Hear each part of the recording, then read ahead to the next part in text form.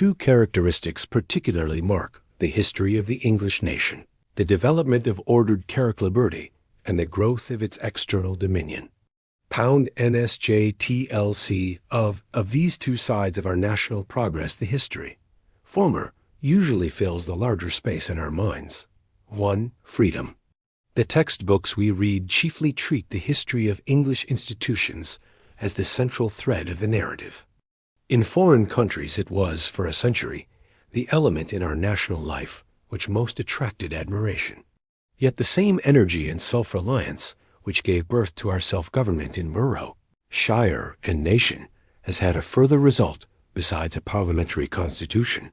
It has been precisely the same force which has produced the second characteristic of our history, the extension of the English state into distant lands. The qualities of race which made the English a free people made them a colonizing people. Let us note in the first place some of the features of English expansion. We shall find that it was at the outset slowly attempted. A century of scattered English effort, of failure, in truth, passed before any definite result was achieved. Spain and Portugal gradual had built up great empires before England stirred herself to any purpose. This was partly due to the fact that English effort was the effort of envy, made the founding of empire the concern of kings and government. It was our English mode, halting and unmethodical, but yet the enterprise of a people accustomed to act for itself. Again, the guiding motives have less than equals. Motives been various. At first, trade. To gain something of the wealth which was pouring in upon Spain and Portugal from west and east. The search for the Northwest Passage was a groping for new markets and rich produce. Then, religion. To found a church in a new land away from the temptations and persecutions of the evil world. Thirdly, settlement. At Emin, creation of a new piece of England across the seas, a true colony, a migration to a fresh and permanent home, though without the severance of the old tie of citizenship. Another motive was defense, to protect trade, religion, and settlement, the old home and the new, from the enemies of both. In some respects, English expansion has been like that of the city-states of ancient Greece. From found new communities, and where they went, they carried the Greek name and civilization. Or again, it has been like that of Rome, the rule of conquerors. Rome's end of lawgivers, governors, imposing order, toleration, and peace. The British India of today throws a flood of light upon the administration of a Roman province, Britain, say, or Syria, of the 1st or 2nd century. Lastly, and the analogy is rather with Greece or Rome, Evitabi, than with any modern nation, British expansion quality. Attire quality. It is, in a sense, inevitable.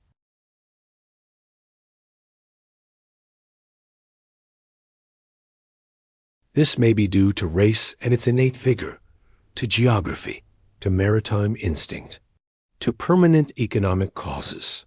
It is probably the result of all these. But it is there. It perhaps eludes explanation. It certainly needs no defense. The two great geographical discoveries which mark the close of the 15th century, those of America in 1492 and of the Cape route to India in 1498, DCL, and constitute the natural starting point of our subject. It is an interesting fact to remember that, at the moment of the engagement of Columbus to the court of Madrid, his brother was urging Henry VII of England to invite him to London to discuss the project of his voyage. The invitation reached Columbus too late. He was already pledged to Spain. We have perhaps in this incident evidence of the repute of English enterprise and seamanship, perhaps also a recognition of the ability of Henry himself.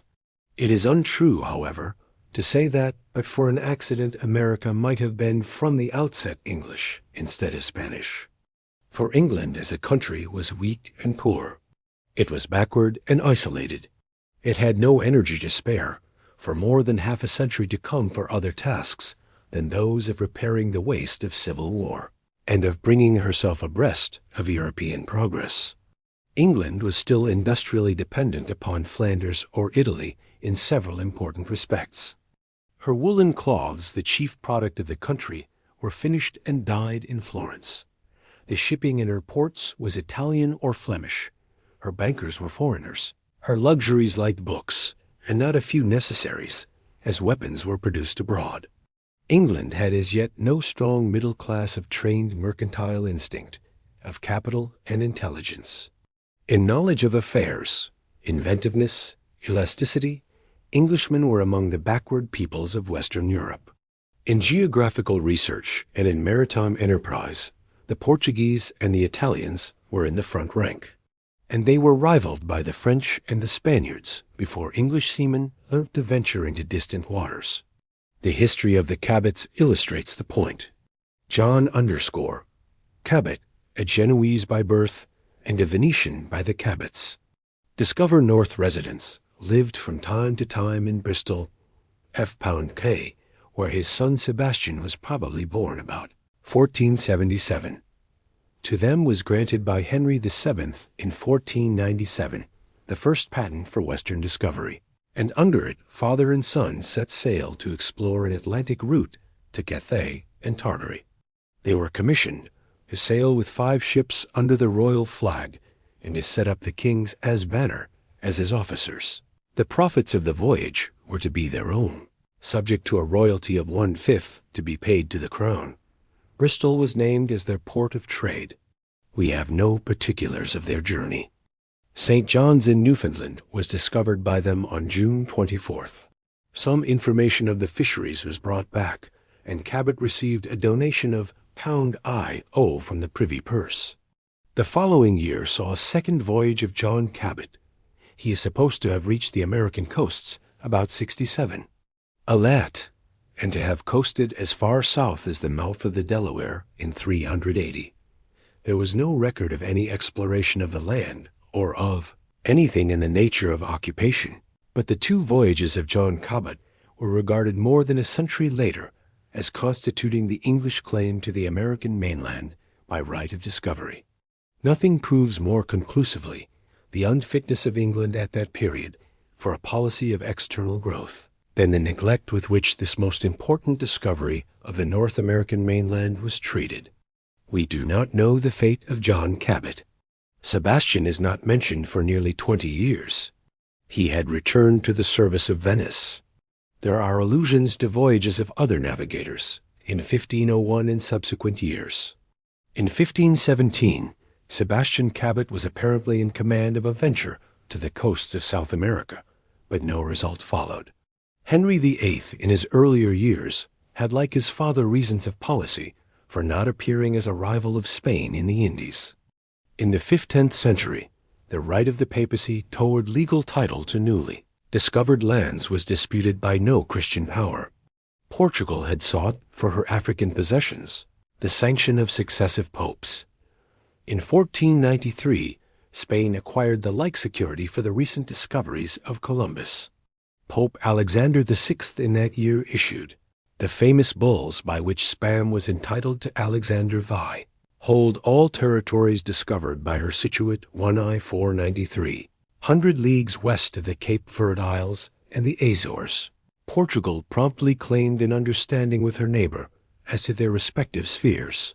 By the Treaty of Tordesillas of 1494, Spain agreed to push back the eastern limit of her rights to a point 370 leagues west of the Cape Verde Islands, and this was afterwards determined to mean the meridian of longitude 45.37 W on our maps.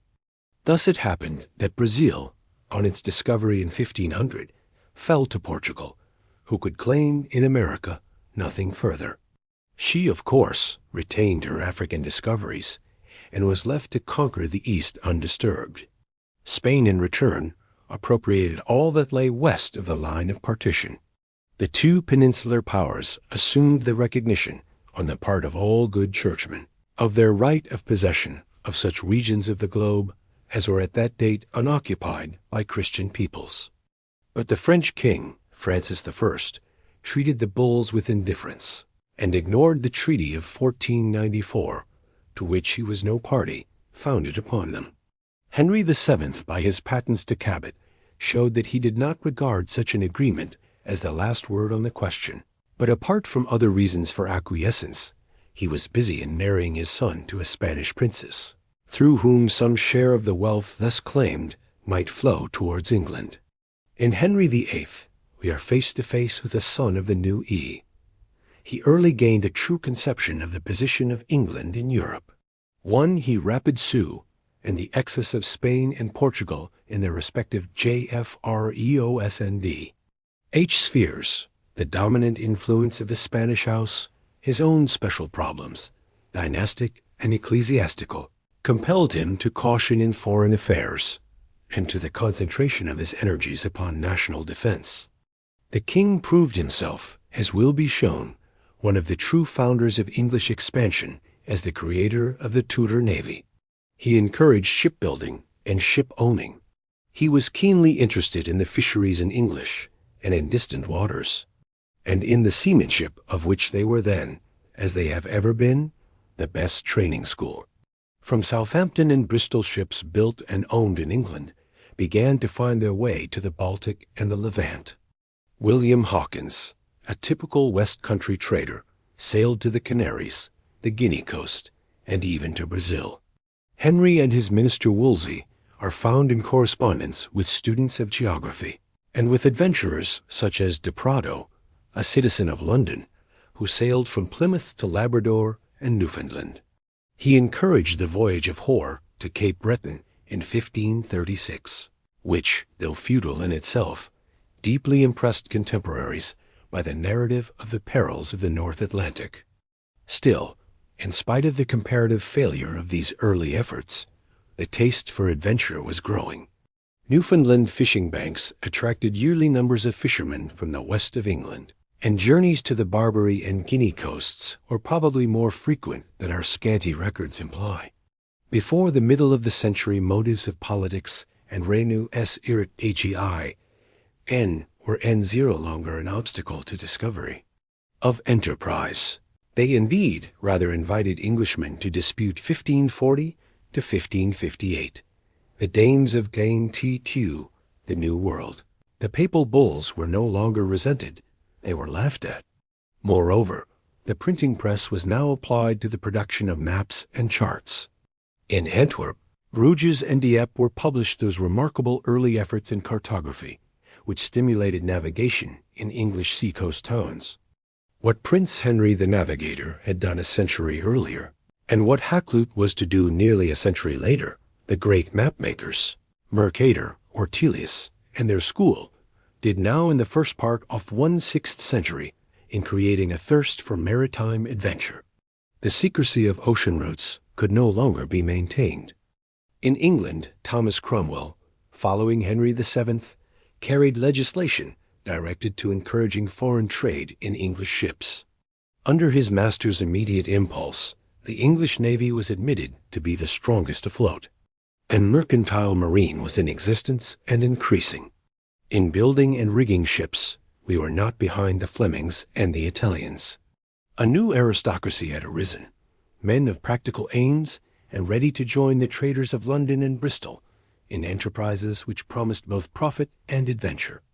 The middle class was growing in wealth and numbers, whilst the country population was already tending to drift into the seaport and manufacturing towns.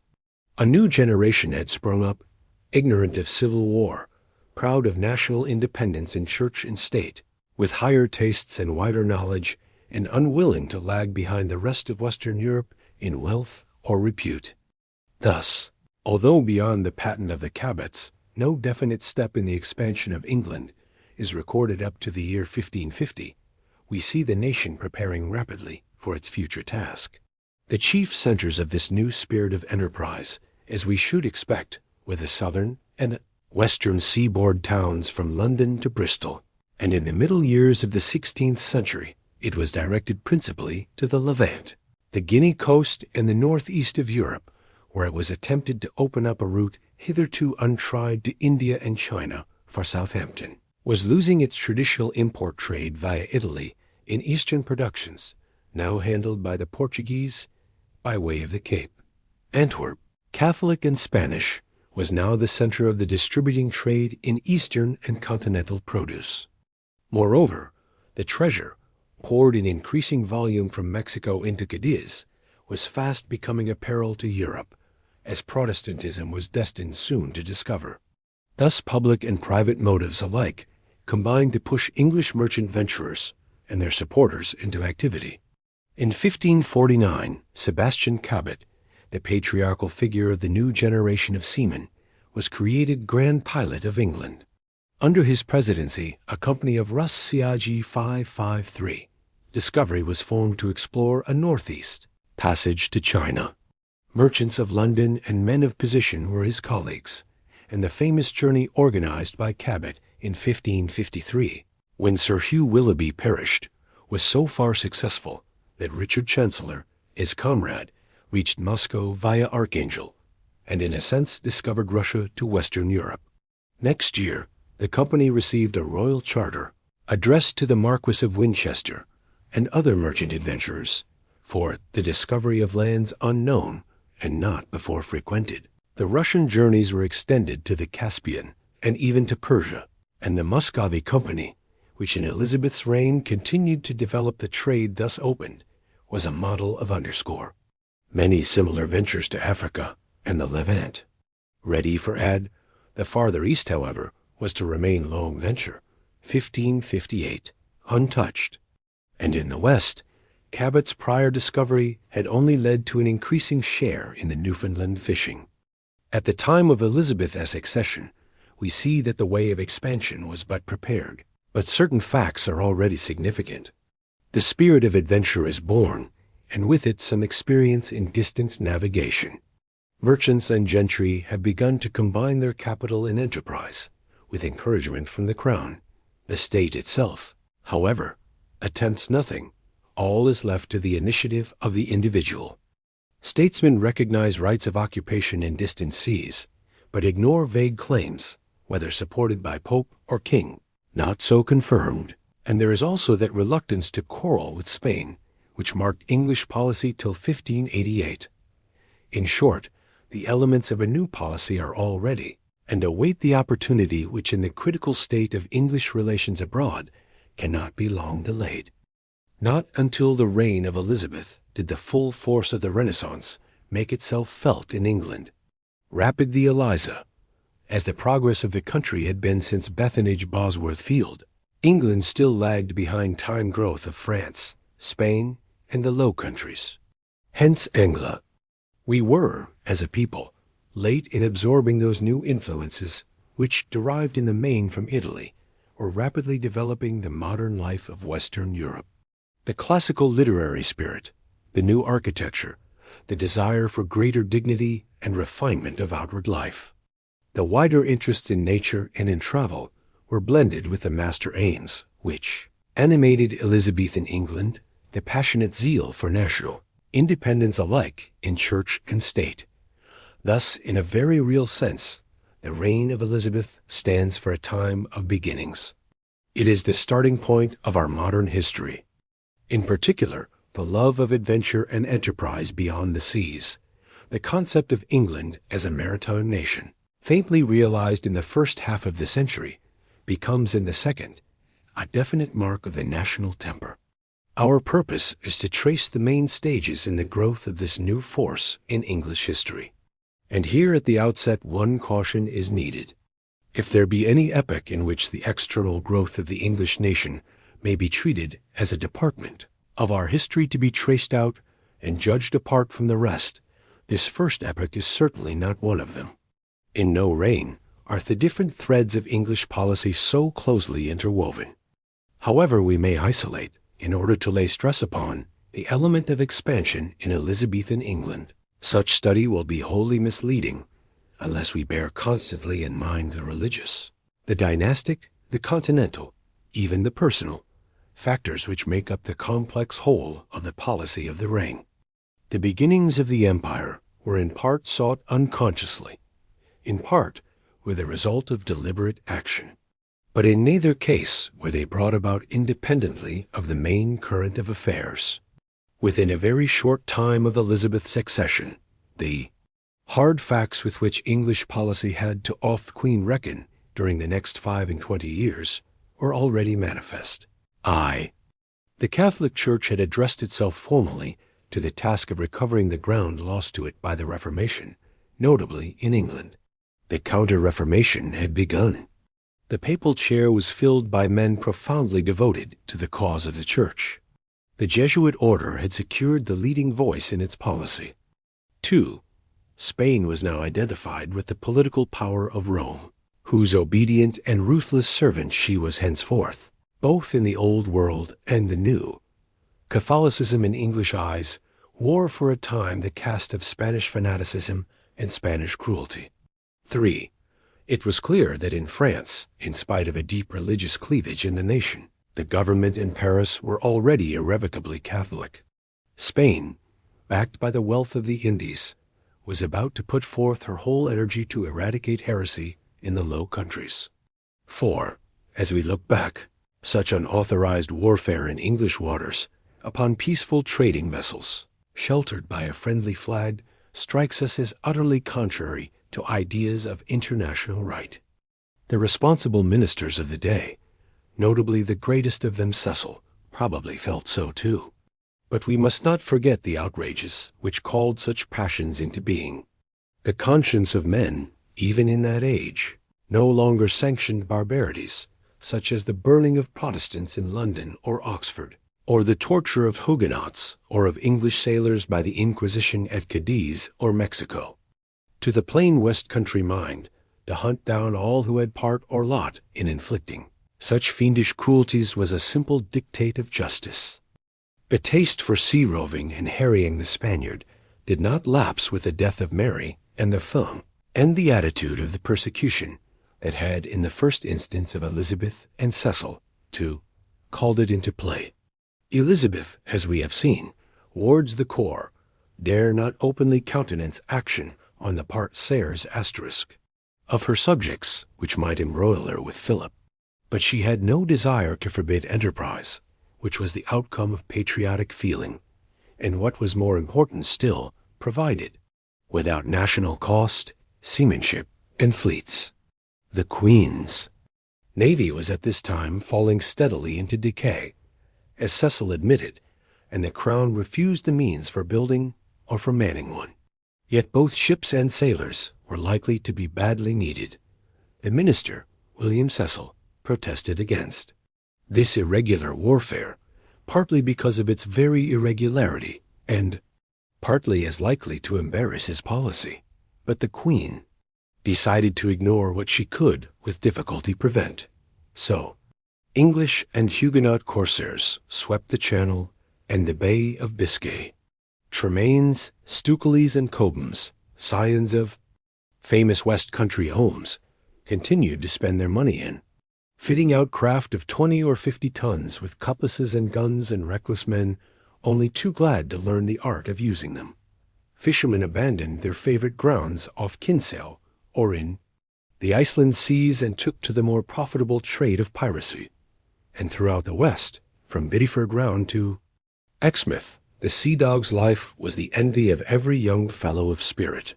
Elizabeth knew that it was a venturesome game for her to play. But she knew too that she could, if driven to it, disown all part in it, and that the men who captained the vessels, and the crews who manned them, would understand and were prepared for all risks that might befall. The truth was that, though Spain and England might be at peace, Protestantism and Romanism were at deadly war. The peace was a fiction, perhaps a necessary one, of sovereigns. The state of war was the grim reality of things as understood on both sides by their subjects. Here, then, was one English school of navigation and naval hui of warfare.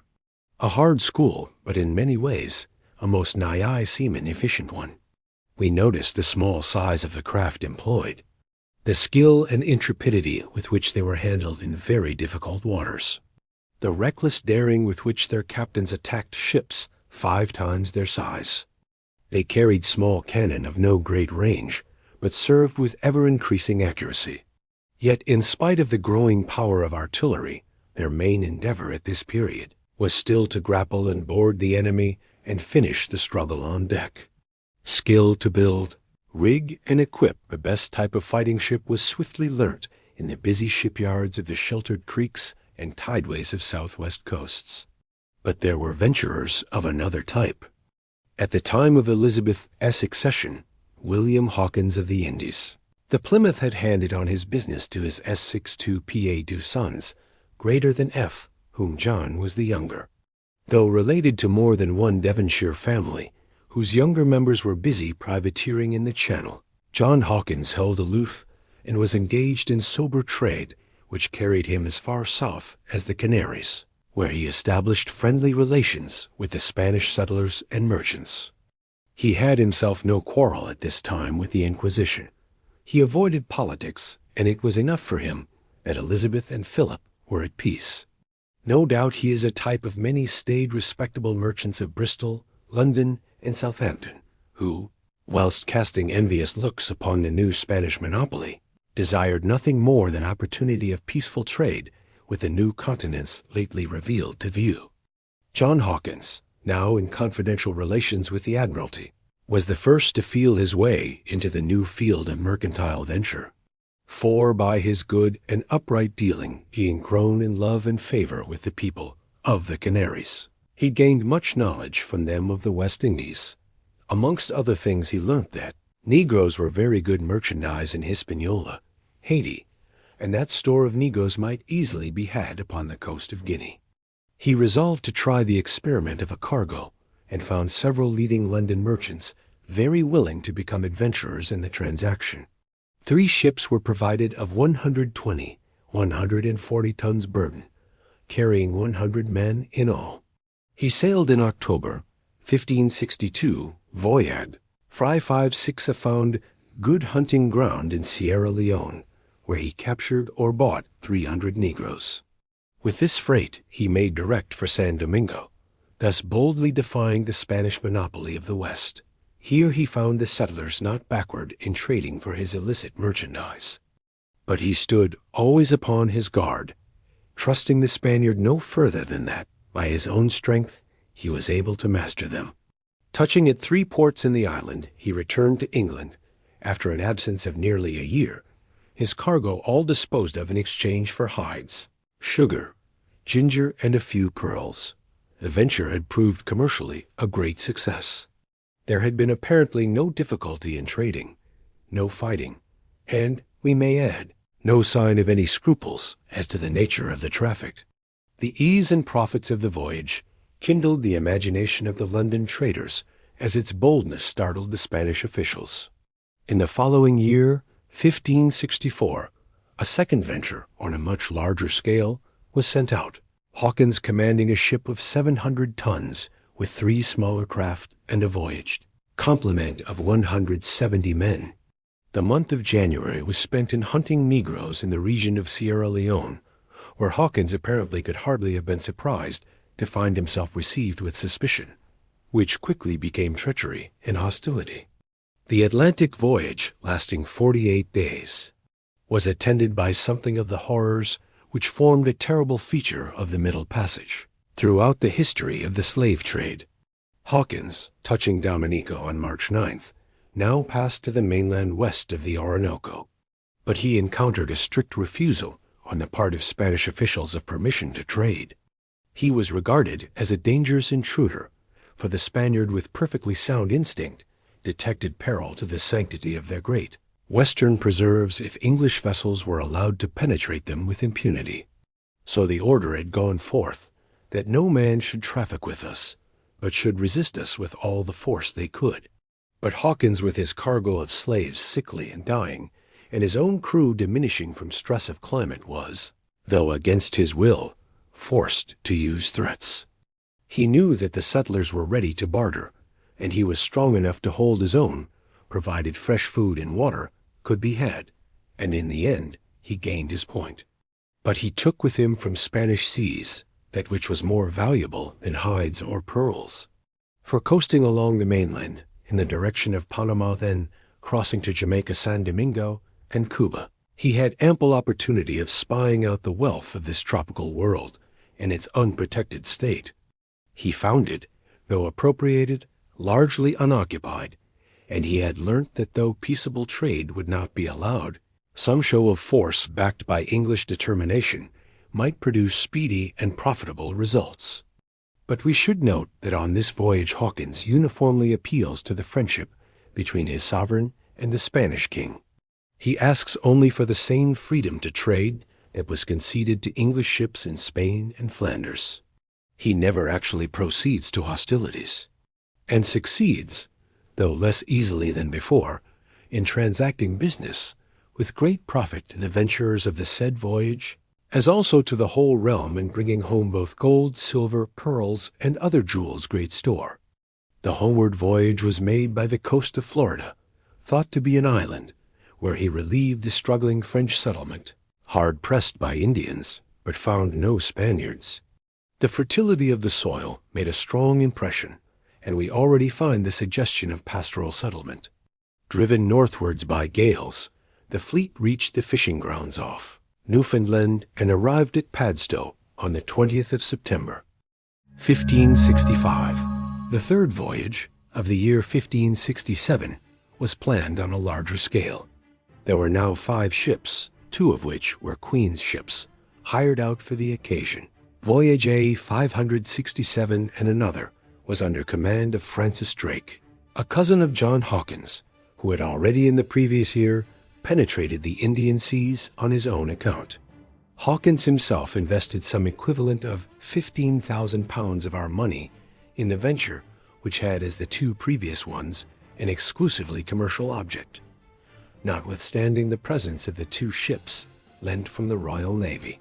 The usual cargo of between 400 and 500 Negroes was secured, Dominica safely made, and trade opened. But the Spanish governors on the mainland had received more stringent orders than before. The news of the venture had reached Madrid and had caused much searching of heart. So Hawkins finds that the traffic goes forward somewhat hardly, because the king had straitly commanded all his governors in those parts by no means to suffer any trade to be made with us. One town, as in his previous voyage, he occupied in force until business was completed. Carthagena he found too strong to admit of attack, but in all other places where we traded, the Spaniard inhabitants were glad of us and traded willingly. Hawkins now made for home. He was driven by hurricanes into the Gulf of Mexico.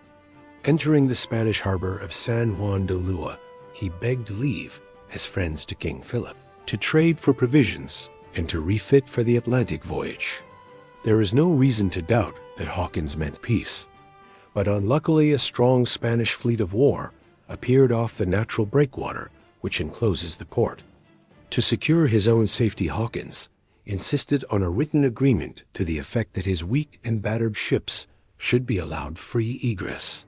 He occupied the breakwater and trained his heaviest guns against the Spanish frigates lying outside, which now ran serious risks should the gale be renewed.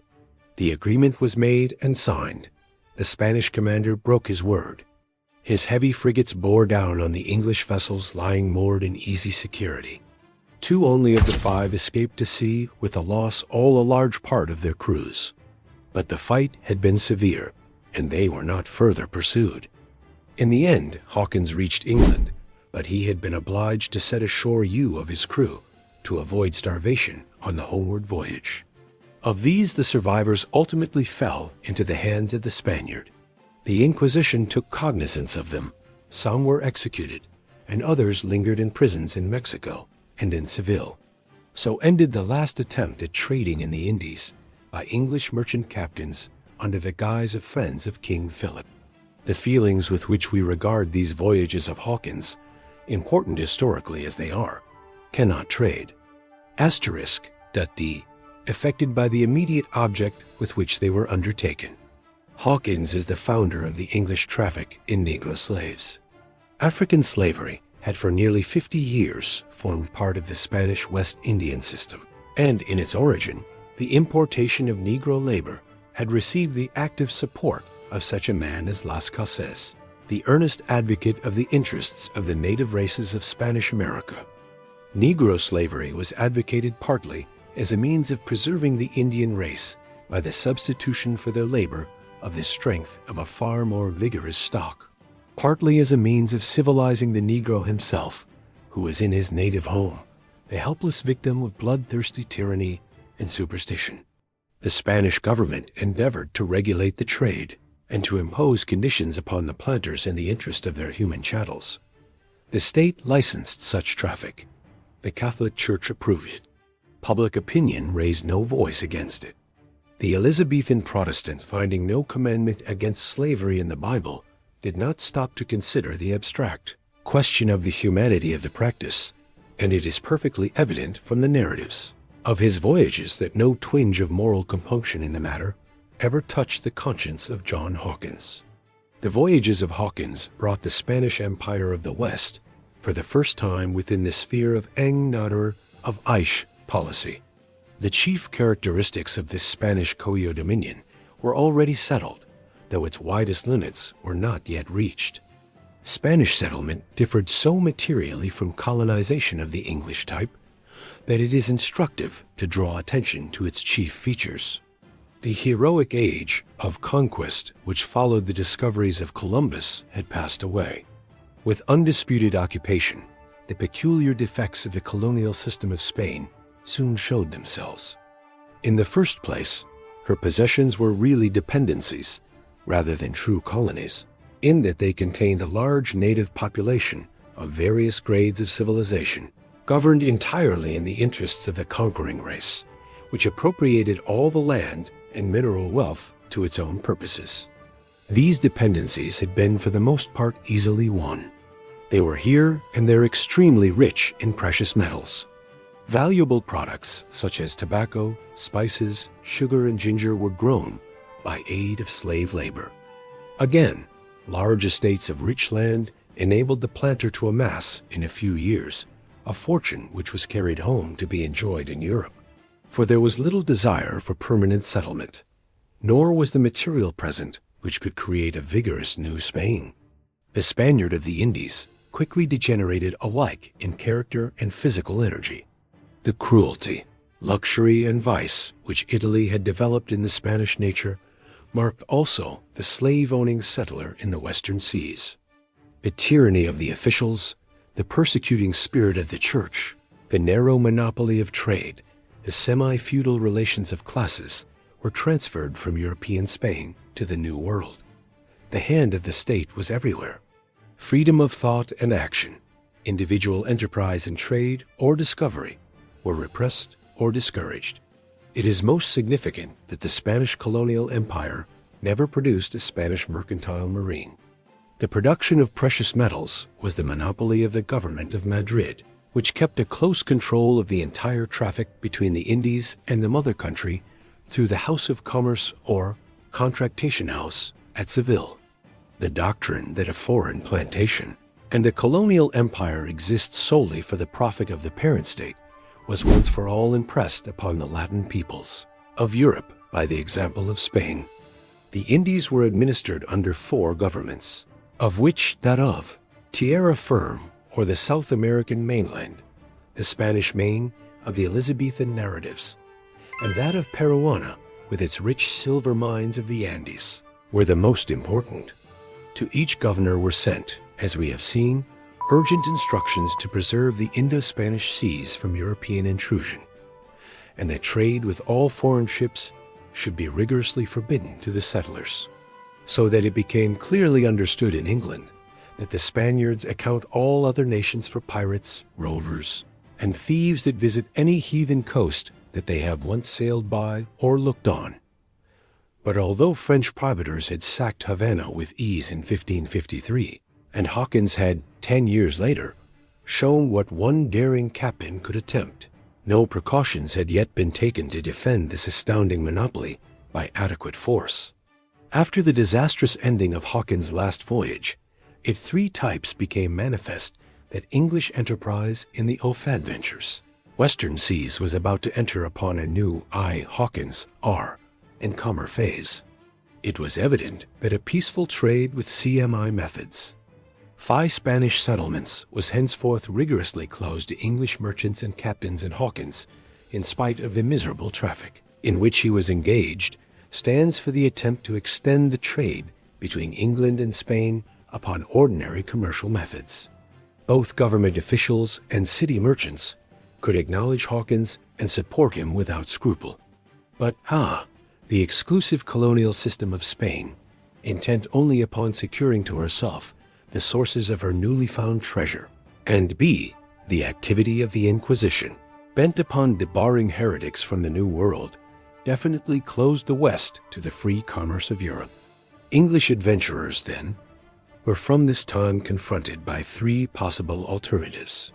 First, to abandon all attempt at trading beyond the limits of Europe. Second, to extend the operations of the sea rovers from the Channel to the Western Seas. Third, to discover fresh maritime routes, giving access to regions beyond the sphere of Spanish and Portuguese influence, where peaceful ventures and settlements might be possible to Englishmen. The temper of the time placed the first alternative out of the question. The growing desire for maritime adventure and trade was too strong to yield to a first repulse. Nor would the English merchant consent to be shut out from access to the great continent which Spain had appropriated to herself. The right of Spain to the exclusive trade of America was never admitted by Elizabeth and her ministers, although they shrank from formally disputing it. The second alternative appealed directly to the more adventurous spirits, especially in the West. It was too risky to attract the responsible traders of and privateer London or Bristol. Burleigh, for fear of consequences, condemned it openly. The Queen was its secret adherent, from a love of bold adventure for its own sake, and a shrewd conviction of its ultimate advantage to the naval strength of the country. Drake is the typical hero of this irregular warfare, which by degrees merged into the formal conflict of which the defeat of the Armada was the crowning exploit. The third course, the sober method of exploration and Gilbert settlement, is associated with the names of Frobisher, colonization Frobisher, Gilbert, and Raleigh, and exploration. Francis Drake was born in, or about the year 1545, of a Francis family of Devonshire yeomen, whose home lay Drake, near Tavistock. His father had been ruined and driven from his native county by an outbreak of Catholic fanaticism in the West, and, as an apprentice of a small Channel coasting vessel, young Francis Drake entered upon life through a very hard school. He had been thrown into the thick of Wyatt's insurrection. The fierce penalties which followed upon this rising in Kent, and the stories of Spanish persecutions which met him as he called at Dutch ports, combined to implant an implacable hatred of the Catholic and of the Spaniard, which makes Drake in his earlier period the typical figure of the West Country sea rover. He was a cousin of John Hawkins, and at the age of 21 he was risking his life in West Indian waters, probably in one of Hawkins' ships, 1566 to 1567. Hawkins, who found young Francis Drake a thorough seaman, brave, adventurous, loyal, gave him the command of the Judith, a bark of 50 tons, in the adventure which met with the disaster of San Juan de Ulloa. The perfidy of the Spanish admiral and the ruthless cruelties which were afterwards wreaked upon its victims explain, and may perhaps justify, the lifelong rancor with which Drake pursued the Spanish power upon the seas. From this time, 1568, to the day of his death in 1596, Drake was engaged in unceasing warfare with Spain. Elizabeth and her government were for the first 17 years of Drake and TNS period at peace with Philip. But it is the irregular characteristic of this first period of national warrant's Spanish expansion, as it was still of the middle of the 18th century, that a state of warfare between two nations in the Indies, or in America, was quite consistent Indies, with outward amity in Europe. It is important that we should clearly realize the doctrine which was tacitly accepted by European states until a much later period than that of Drake, viz., that the principles of international dealings and the comity of nations did not, unless expressly stipulated for, apply to the New World of America and the East. Peace between Elizabeth and Philip, friendly relations between James I and Holland, did not preclude open conflict between their subjects in the Indies. Trade rights existed between England and Spain, but they did not extend to America. A merchantman depended upon its own armament for protection, and its captain took little heed of colonial monopolies not backed by force. It was, in truth, recognized that the arm of the state was too weak either to control or to defend its subjects beyond its own immediate boundaries. Drake's adventure, therefore, was irregular in the sense that the voyages of the East India Company were 40 years later. But in neither case were they piratical, nor did they then, as they would now involve of necessity a formal rupture of peaceful relations. Drake seems now to have entered, though not avowedly, the service of the Queen's Admiralty. The most critical period, 1570, in the national relations with Spain was approaching, and, at a moment when the independence of the nation seemed at stake, the Queen could not afford to disown her most daring or most experienced captains. In 157, one Drake is again in West Indian waters, preparing for overt war or for private reprisals, as circumstances might subsequently determine. In the spring of the following year, when the final rupture with Spain seemed inevitable, Drake, with the secret connivance of the Queen and of the Admiralty, set sail from Plymouth. His 2 ships and their crews were especially equipped and armed for the object in view, which was to prove how the offensive power of Spain could be cut at the root by the interception of the Peruvian treasure on its passage across the Isthmus of Panama. Within the limits of this voyage, May 1572, August 1573, the voyage are comprised, perhaps the most exciting of all of 1,572, the exploits of English adventure in Spanish seas. The treasure convoy was successfully plundered. The towns of the Spanish Main were raided. 200 trading vessels were attacked and despoiled. Drake had moreover looked upon the Pacific Ocean. The terror inspired by the French corsairs 30 years before was renewed. Philip felt himself helpless. He had no organized navy, and could with difficulty provide an escort for the yearly voyages of his treasure ships. Drake too had learnt, as Hawkins before him, that the wealth of Spain was the easy prize of a bold, well-planned campaign carried out in the western seas. He arrived in Plymouth in August 1573 with a most profitable spoil, to find that the relations of Elizabeth and Philip were now as cordial as 18 months before they had been strained. In accordance with the policy of the Queen, Drake's exploit is now disavowed, but he is carefully kept in sight. He is mysteriously engaged, still harrying the Spaniard off the Irish coast. He joins Essex sometime in 1575, and 2 years later is organizing a new venture to the west. He saw off the Voit Gieve the Queen herself. Her attitude towards Spain into the Pacific once more offered opportunities to men of Drake's stamp. The Queen spoke of being revenged on Philip for divers injuries that I have received, declaring that Drake was the only man who might do this exploit. To which Drake answered that the only way was to annoy him in the Indies, and thereupon he sketched the plan of the raid into the South Seas, which had been his dream since, 5 years before, he had from a peak in Darien beheld, first amongst Englishmen, the broad Pacific stretching to Cathay. Cecil, as usual, was to know nothing of the exploit. He had still the same repugnance to irregular adventures, for which the government might at any time be called to account, whilst powerless to control their conduct. England seemed once more on the brink of open war with Spain, when in November 1577 Drake sailed from Plymouth for an unknown destination.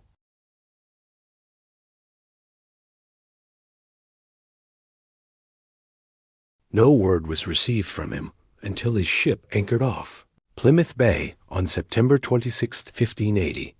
Meantime he had performed an exploit which determined the entire policy of Elizabeth's reign, and indirectly therefore the course of English history since. Drake's voyage of circumnavigation is, for various reasons, worthy of being regarded as the most striking and most characteristic of Elizabethan adventures. A brief study of it enables us to understand not a few of the typical features of the daring voyages of exploration, trade, and reprisal which fill so large a space in our subject. The equipment of the enterprise first deserves notice. Drake himself sailed in the Pelican, renamed the Golden Hind, a 100 tons, carrying 18 meters at. Equipped pieces of cannon carefully chosen for their range and accuracy.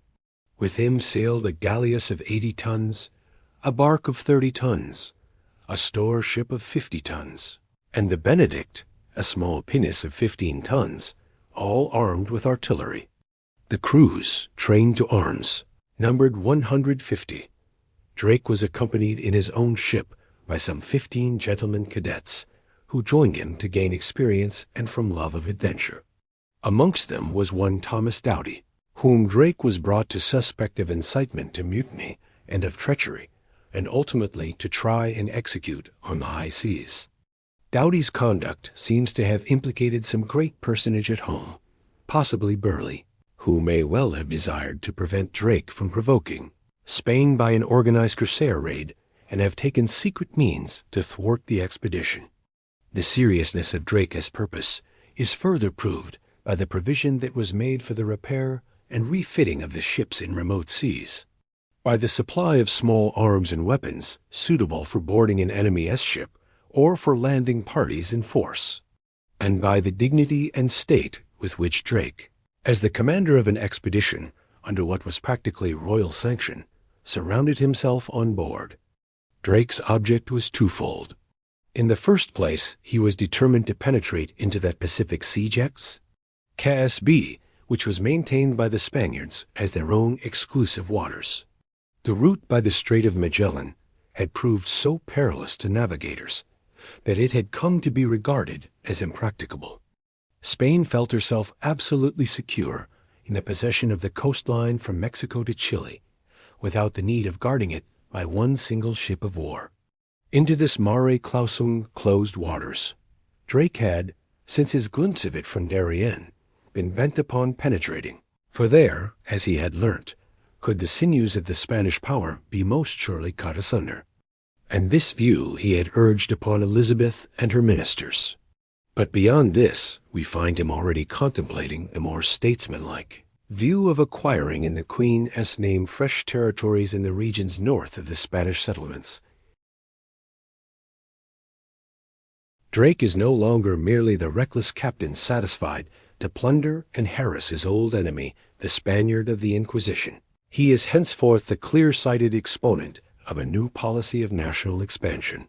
From the Cape de Verde Islands, Drake made for the Brazilian coast, sighting land in the neighbor voyage. If the hood of Rio Grande do Sul, in storms which beset them along the coasts to the south of the River Plate, the ships of the squadron were more than once scattered, to the great hindrance of the voyage. There, too, the incident of the treachery of Doughty reached its grim termination.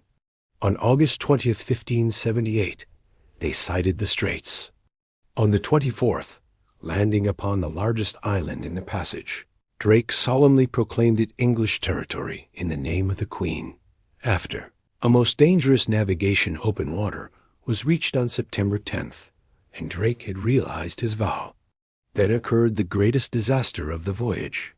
One ship foundered in a northeasterly gale, which seems to have continued without intermission for nearly 3 weeks.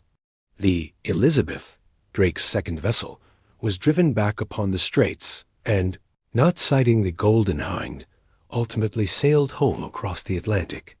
Drake was thus left in the Pacific to carry out his enterprise with one ship alone. He had meanwhile discovered by accident that Tierra del Fuego was an island, not as had hitherto been imagined, part of the great Antarctic mainland, a fact of first importance in the history of Pacific navigation. On December 5th, 1578, he was off the little settlement of Valparaiso, and here, more than a year after his departure from Plymouth, for the first time came into touch with the Spanish masters of the coast. In the harbor lay a trading vessel of which Drake made a den of the easy prize. In the warehouses of the port, he Spanish-treed JRTR Sure ships, found stores of gold and silver, and, what were not less welcome, of fresh provisions. Coasting northwards, Drake explored each inlet in the hope of rejoining his missing consort, the Elizabeth, picking up an occasional prize of silver by the way. At Cabo de Lima, Drake had news which sent him northward again at the utmost speed.